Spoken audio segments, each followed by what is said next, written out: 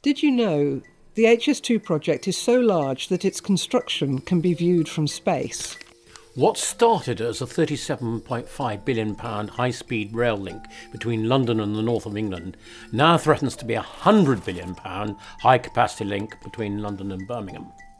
I am Sir Geoffrey Clifton-Brown, Chair of the Public Accounts Committee, and I'm here today with the Chair of the Transport Committee, Ruth Cadbury, and we're going to be discussing some of the unanswered questions around this HS2 project. So let's just talk about the funding of this project. We now know that the last government curtailed the scheme, and it will now only run from London, Euston to Birmingham. So what we are waiting to see from the government is what the cost of that is going to be and when it's likely to be completed. And I think all of our constituents want to know how much it's going to cost them as taxpayers. And because this is long before we're going to know what the fares are and the frequency and whether it'll help them or not. Because ultimately, if the cost is all going to fall on the taxpayer, all of our constituents will be paying for this. So that's a key issue for me. It is a really key issue. We don't know what passenger forecasts have been entered into, and therefore how much revenue is likely to be brought in. And this is a really important question, as the Transport Select Committee has said. How much of this is going to fall on our constituents, the taxpayers? And these are unanswered questions we haven't yet had from the government. Yeah. On the other hand, we do know that from rail projects like the Elizabeth line, that many of the new transport projects actually underestimate the future usage of them, and I'm hoping that many more people will benefit, and that the scheme, the trains will be full quite soon after opening, as I say, happened with the Elizabeth line.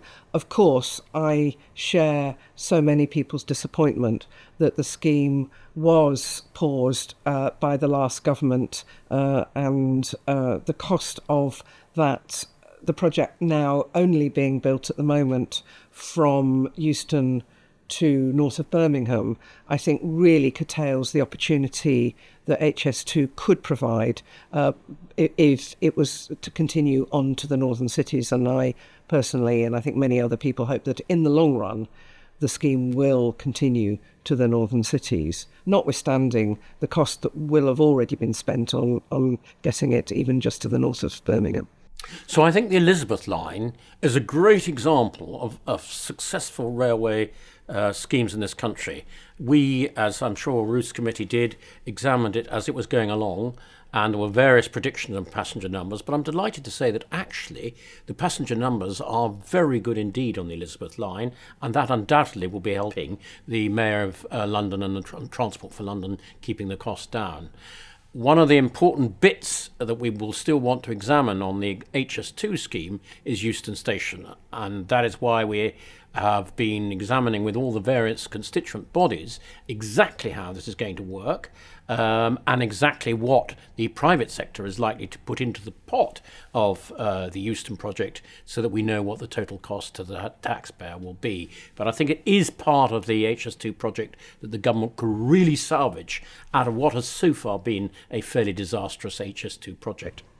And talking of Euston, we've got a really good example just up the road at King's Cross. I remember 25 years ago when we first started talking about King's Cross being the new regeneration area, when HS1, the Channel Tunnel line, was coming in there. And now you go to King's Cross and you see the growth, the regeneration, the jobs, and the benefit that that project has brought to the King's Cross area. So I think there's both lessons to be learnt, but also a vision of what the HS2 coming to Euston will provide for that area, way beyond just the immediate transport interchange benefits. And also, I know at Birmingham, next to Curzon Street Station, we've got the new university campus and a large number of other commercial buildings and housing going up in that area,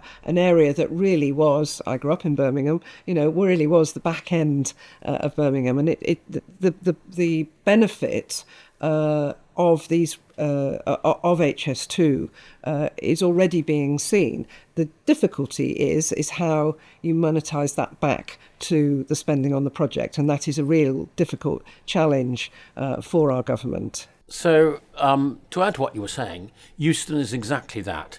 It's not just an integrated rail station, complicated though that is, because it's going to integrate the existing rail, Network Rail, HS2, the Underground, and buses all need to be integrated properly. But it's the added investment that it's likely to bring to a much needed part of London. And we have been given figures of perhaps up to 41 billion. So this is a really big project and benefit to London as well as just the railway. And I and some members of your committee have been asking the government is how you capture that land value uprating in order to bring back into the public sector, so that the private sector developers don't just run off with their profits. And I think this country is, I think, a bit behind the curve from some of our competitor countries on this bringing together public and private finance and benefit in the long term, so that they're not seen as two completely different budgets. The development corporation model is an extremely good model of being able to get the public sector, the private sector and central government together to actually generate some of these funds. And after all, some of the most deprived areas in our country have been developed with the developer funding on these models. Leeds City Centre, Liverpool Docklands, London Docklands, Edinburgh City Centre. There have been some really, Hulme estate in Manchester, one of the biggest council estates in the country. Actually, this model does work and could well be made to work on some of these rail schemes. Yeah, absolutely. The impact on communities around the HS2 project is significant, so I wonder if we could explore those issues a little bit. So, some issues that I'm keen to explore on HS2 is how the benefits of the line actually benefits the communities and the local economies immediately around the line, the stations in particular, but also the areas through which the line goes where there will be no stations. I think the history of HS2 has been quite difficult in that respect, but there's lots of opportunities, as I say, particularly at Euston and Birmingham, for jobs to come to those communities, training opportunities, but there will also be disbenefits as well.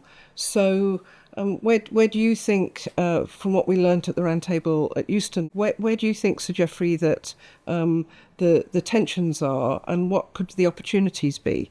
Well, I think this is a really important subject because the impact on local communities, we always think about building railways, but we don't talk about the people who are involved. And I think we need to do that. We saw from our visit to Euston, from the viewing tower, how very close some of those properties are. And I'm sure that it will be necessary to rehouse some of those people in what was some pretty poor old housing into some new housing. There's also another problem with Euston, and it's this.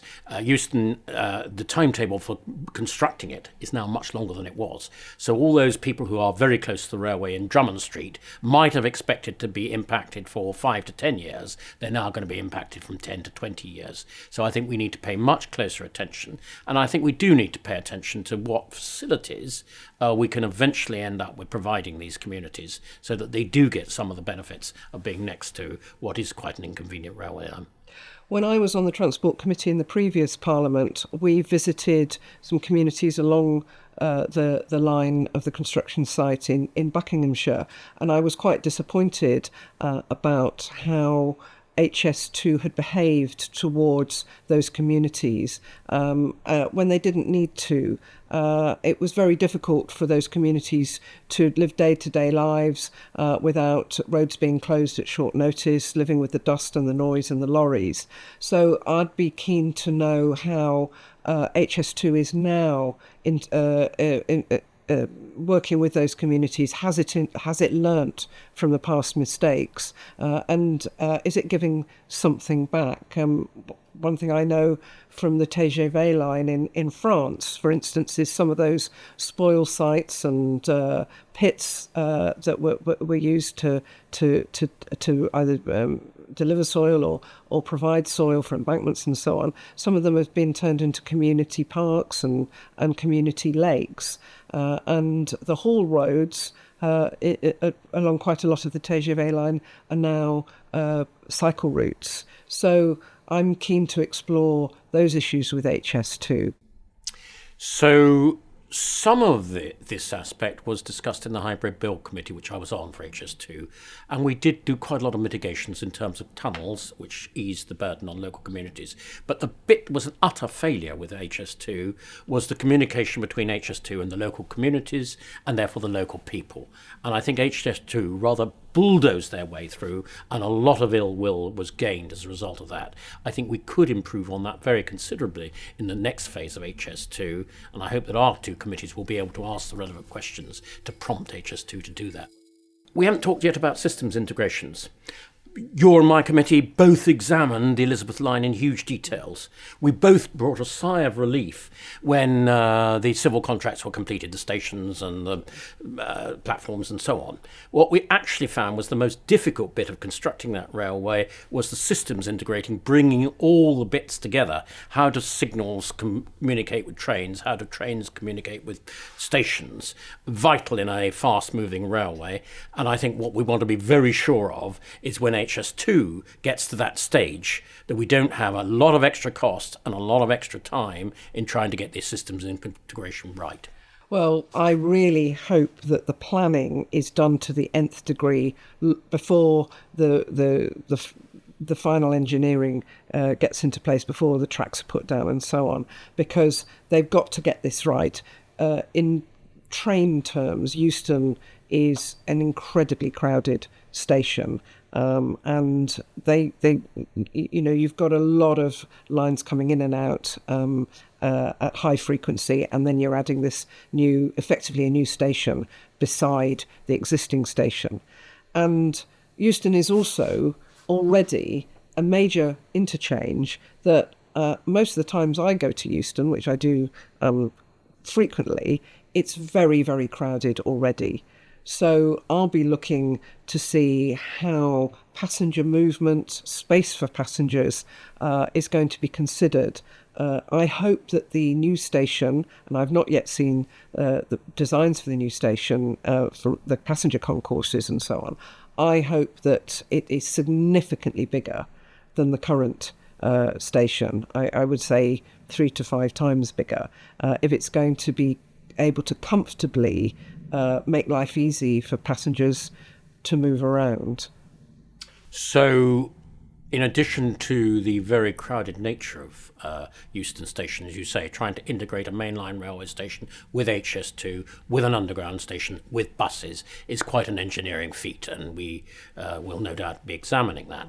I think that in terms of size, this is going to be at a lower level than the rest of the station, and I think the platforms are going to be 400 metres long. So I think there will be plenty of space for passengers to move around, because you get that sense of space, I think, on the Elizabeth line, and I think that's one of its great successes. It's got plenty of room on the elevators, it's got plenty of room on the platforms, and I hope that HS2 will be able to emulate that. I hope so too, but also this station has got to integrate with, is it 4 or 5 underground lines, and you mentioned buses as well, and I fear that buses often get left off in design terms in many stations.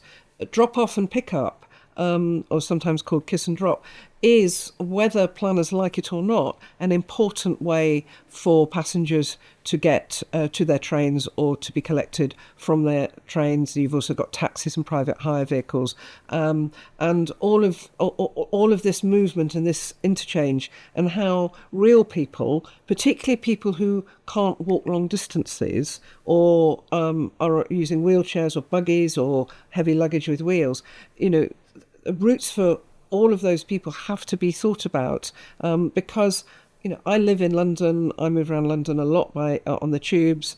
Many of our tube stations are complicated and not often clear, and there were some mistakes made at King's Cross St Pancras with some of the remodelling of the lines there, which was subsequently picked up.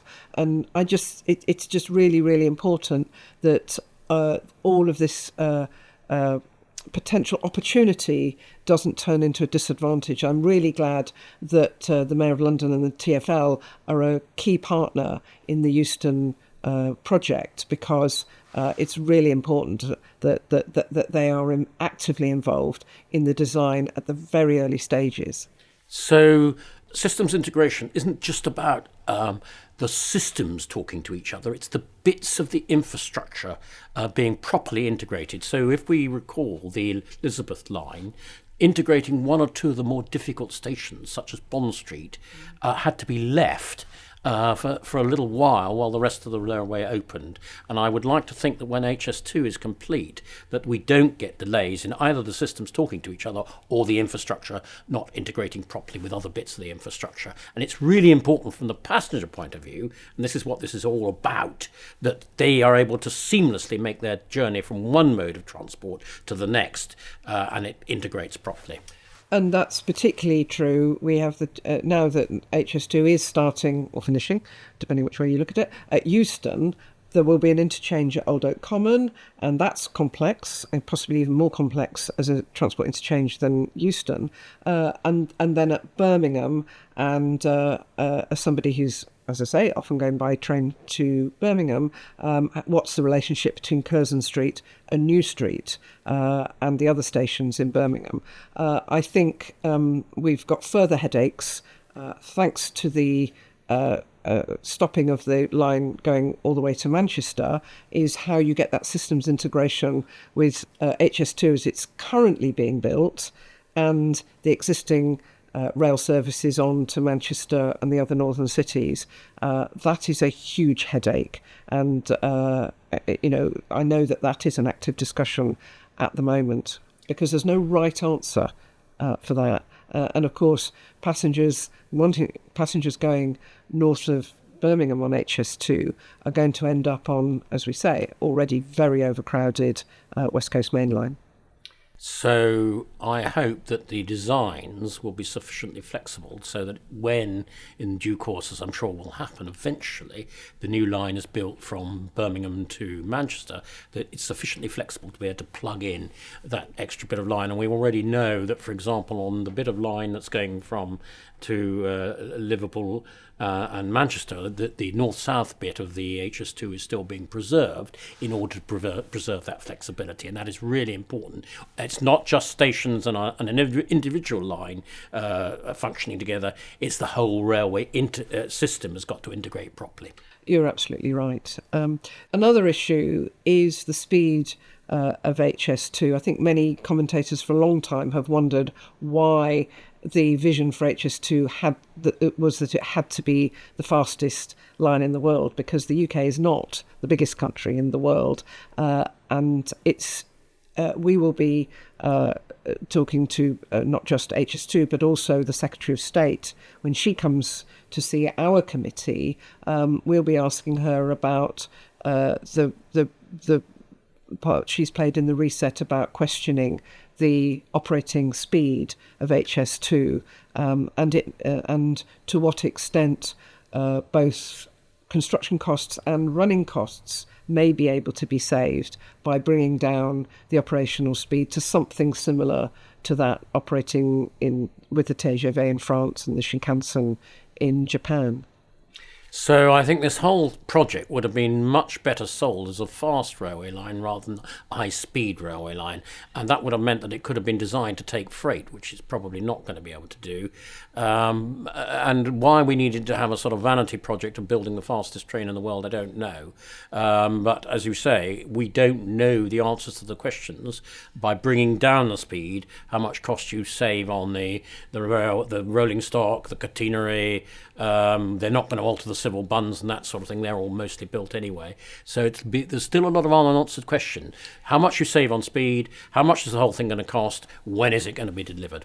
I think that's absolutely right. And I think it's important to look forward rather than always backwards on what could have, should have, and so on. I think there's a lot of lessons on what went wrong from the original vision of this project, and such as spades in the ground before the design had been properly, fully worked out. And, we've just produced a report on the boom and bust in rail infrastructure, not about this project, but generally with this in the UK, in our rail infrastructure, we could learn a lot from other countries in terms of the cost per kilometre that our projects seem to cost compared with those of equivalent economies. And it's really important that the mistakes of the past are used as lessons for the future. HS2 is here, it's here to stay, and I think we all hope that it delivers, in terms of where it goes to, the objectives of the original vision, and really does link up London with the cities of the north and, as I say, hopefully to Scotland. There are a lot of unanswered questions, and there's still much to learn for both of our committees to get the full picture. You can follow the work of the Transport Committee and the Public Accounts Committee while we scrutinise the progress of HS2 on the Parliament website.